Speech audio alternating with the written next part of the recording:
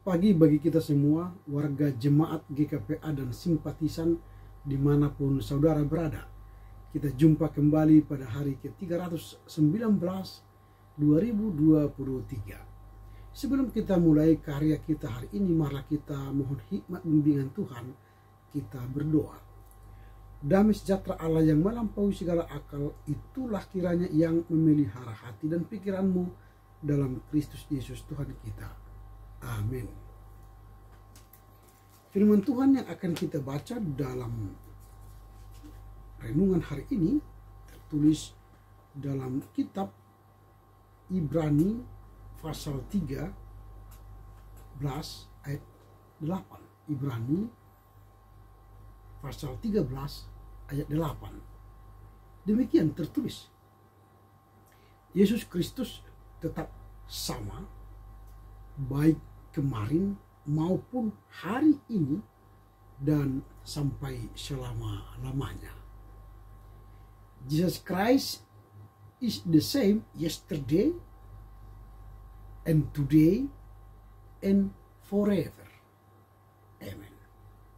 Yang berbahagia mereka yang mendengar serta memelihara kebenaran firman Tuhan. Tema yang akan kita renungkan hari ini ialah kekekalan Yesus Kristus. Kekekalan Yesus Kristus. Nas hari ini menekankan kekekalan Yesus Kristus. Pernyataan ini mencerminkan ajaran bahwa Yesus adalah Tuhan yang tidak berubah, yang selalu setia dan dapat diandalkan. Dalam konteks ini, penulis kitab Ibrani ini ingin menekankan bahwa ajaran dan kuasa Yesus Kristus diakui orang-orang percaya, tidak terbatas pada suatu waktu atau suatu periode tertentu. Ayat ini juga dapat diartikan sebagai pengingat dan keberlanjutan kasih atau kuasa Kristus dalam hidup orang percaya. Ketika situasi hidup berubah, Yesus tetap sama. Jadi kalau situasi berubah dari zaman Orde Lama, Orde Baru, Reformasi, sampai sekarang, Yesus tetap sama. Dan iman orang Kristen ditempatkan pada dasar yang kokoh, yaitu kekekalan dan ketetapan Kristus. Pertanyaan kita sekarang ialah, apa yang hendak kita renungkan dari nas hari ini? Nas hari ini menggarisbawahi sifat dan refleksi dari pertimbangan spiritual yang dalam. Ada beberapa hal yang perlu direnungkan dari pernyataan pada nas hari ini yang melibatkan aspek-aspek berikut ini. Yang pertama, kekekalan Kristus. Aspek yang pertama ialah kekekalan Kristus. Pernyataan ini menggarisbawahi bahwa sifat kekekalan Yesus Kristus itu tidak berubah oleh situasi, tidak berubah oleh keadaan, oleh zaman, atau apapun. Yesus itu kekal selama-lamanya. Ini bisa menjadi dasar kepercayaan dan keberimanan orang percaya, karena Kristus tidak terpengaruh oleh perubahan waktu dan situasi. Walau kita manusia bisa berubah karena situasi, tatkala kita berbahagia, diberkati, memiliki kekayaan, naik jabatan, terpilih menjadi jabatan yang lebih tinggi, kita mungkin bisa saja setia kepada Tuhan.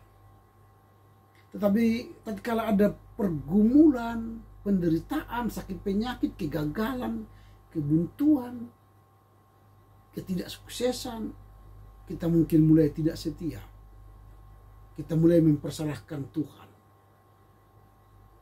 Atau kita menghukum diri kita. Artinya kita kadang setia, tetapi Allah itu setia. Kesetiaan Allah itu dan kekekalan Allah itu bisa kita gambarkan seperti salaman Yahudi, orang Yahudi atau orang Romawi. Andaikan ini tangan Allah, dia memegang tangan manusia. Andaikan ini tangan manusia memegang tangan Allah, tangan Allah akan memegang tangan kita dan tidak akan berubah sampai kapanpun, entah zaman apa atau situasi apa. Tetapi tangan manusia memegang tangan Allah. Terkadang tangan kita bisa lepas karena persoalan, karena situasi, karena sakit penyakit.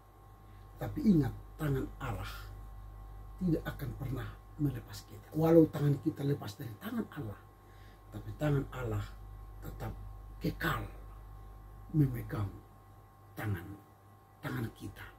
Supaya apa? Supaya kita beroleh hidup yang kekal. Itu yang pertama, kekekalan Kristus. Yang kedua, konsistensi karakter Kristus. Konsistensi karakter Kristus. Pernyataan ini menyeratkan konsistensi karakter Kristus. Ketidak berubahannya menyoroti karakternya yang setia. Jadi karakter itu setia. Ketidakberubahan Yesus itu menunjukkan karakter setia. Dia adil. Selain setia, dia adil. Penuh kasih sepanjang waktu. Penuh kasih sepanjang waktu. Kasihnya tidak pernah berhenti.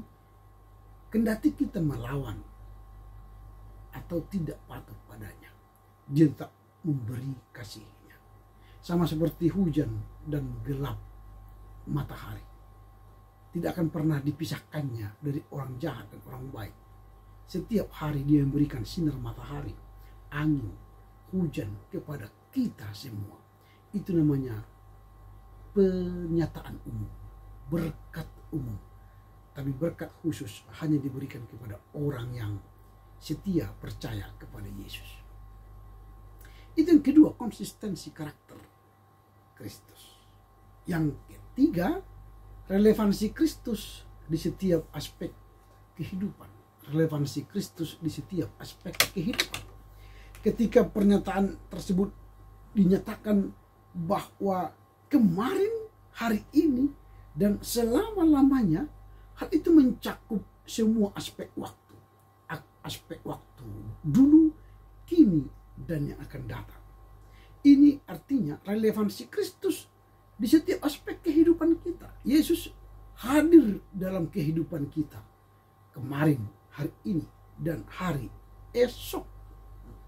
Ini dapat menggugah kita untuk merenungkan bagaimana iman kita terhadap Kristus harus relevan dan berdampak di setiap fase kehidupan kita.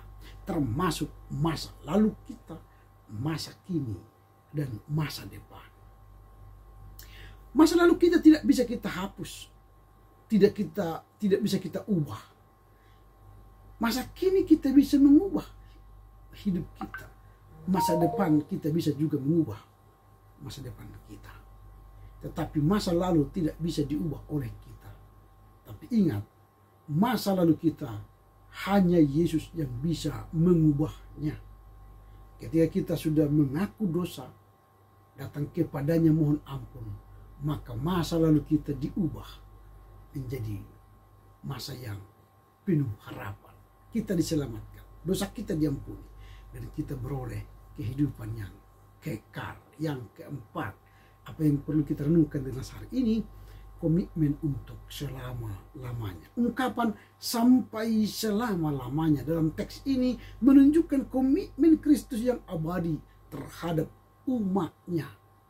Komitmen Yesus Kristus yang abadi kepada umatnya. Ini mengajak kita untuk merenungkan kesetiaan kita sebagai pengikut Kristus dan bagaimana kita hidup sesuai dengan kehendaknya selama-lamanya. Jadi apa yang perlu kita renungkan dari nas hari ini? Yang pertama, kekekalan Kristus. Kristus kekal dari dulu, sekarang, sampai selama-lamanya.